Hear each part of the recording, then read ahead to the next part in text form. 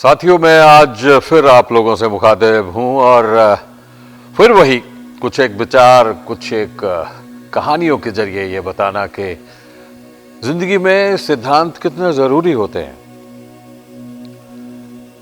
सबसे पहले तो मैं यही कहूंगा कि जिसके साथ भी आप काम करते हैं, जिनके साथ भी आप रहते हैं, जिनके साथ आप हंसते हैं, खेलते हैं, उनका साथ कभी मत छोड़िएगा।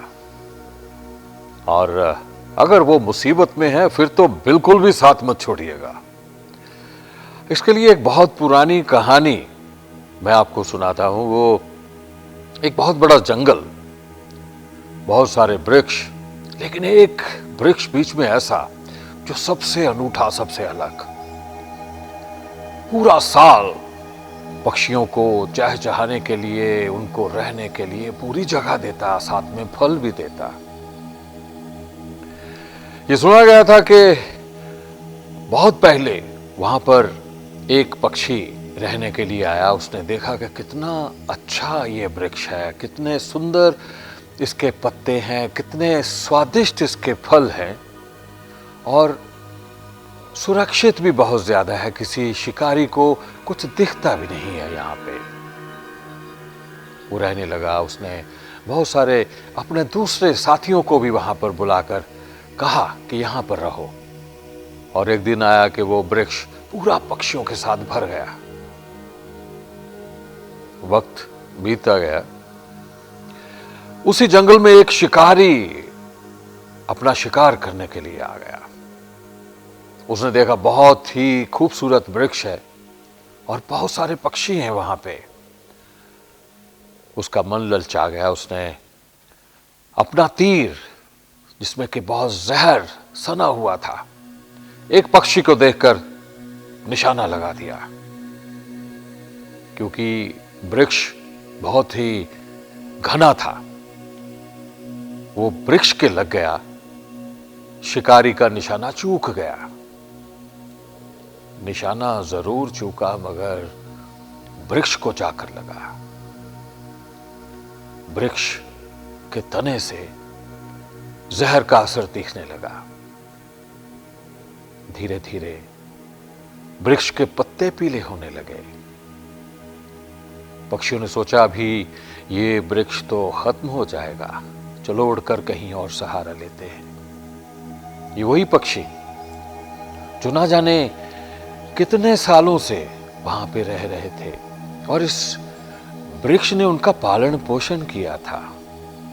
लेकिन वक्त की बात है, जब उनको फायदा नहीं मिला तो वो उड़ना चालू हो गए, कहीं दूसरे वृक्ष की तलाश में, किसी और जगह की तलाश में। उड़ते रहे, चले गए, आज गए, कल गए।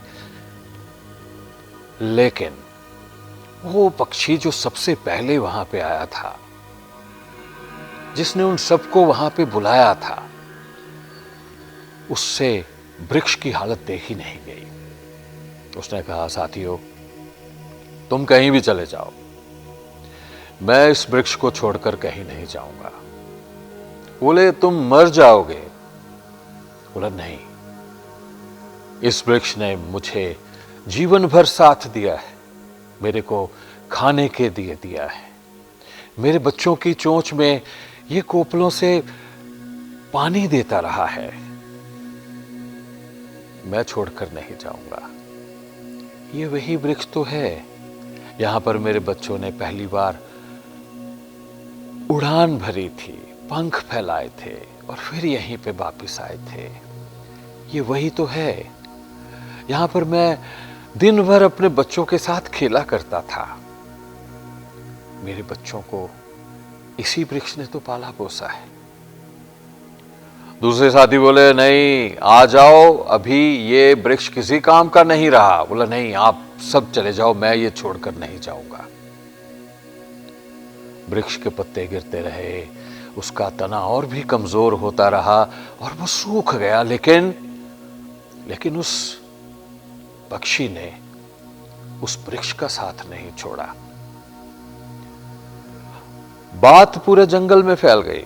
जंगल के देवता को पता लगा कि वहां पर एक वृक्ष सूख रहा है, लेकिन वो पंछी उस वृक्ष को छोड़कर उड़ नहीं रहा है, वो उसी के साथ है।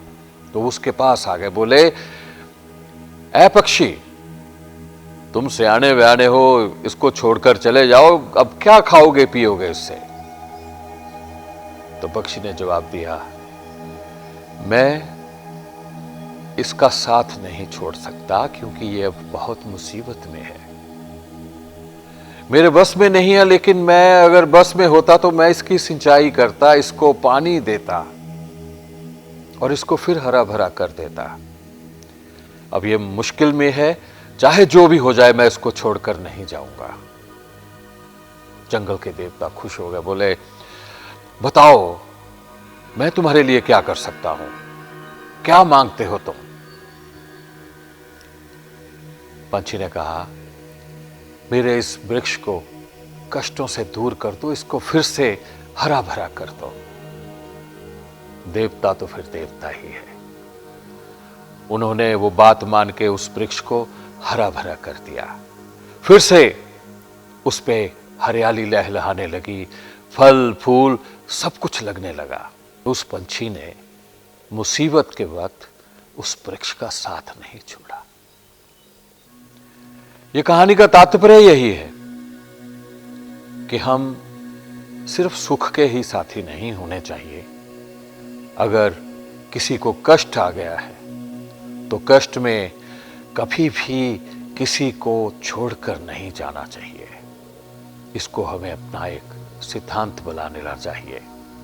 सिद्धांत सबके लिए, आप सभी एक दूसरे को यह बताइए कि कोई भी मुसीबत में है, कोई कष्ट में है, तो कभी उसका साथ मत छोड़ो। कष्ट आज है, कल दूर हो जाएगा, लेकिन वो जो कसक उस वक्त छोड़ने की है वो दिल में टीस बनकर रह जाएगी। मुस्कुराते रहिए, एक दूसरे का हाथ थामे रखिए, एक दूसरे की मुस्कुराहट बन जाइए। जिस जगह पर, जिस मकाम पर हमने अपने लोगों को मुस्कुराहटें दी हैं, जिस मकाम पर हम एक दूसरे के साथ हंसे हैं, एक दूसरे के साथ हमने जिंदगी का सुख बांटा है, तो वहां पर दुख बांटने में भी कोई हर्ज नहीं होना चाहिए। चलिए, आज के लिए सिर्फ इतना ही। बस अपने मन में दूसरों के लिए प्यार मोहब्बत बनाए रखिएगा, और जब कभी कोई मुसीबत में हो तो उसको कभी छोड़ के मत जाइएगा, उसका हाथ थाम कर रखिएगा। इसी के साथ आपसे इजाजत चाहूंगा। अगली कहानी के साथ फिर हाजिर होऊंगा। तब तक के लिए बहुत बहुत धन्यवाद। नमस्कार।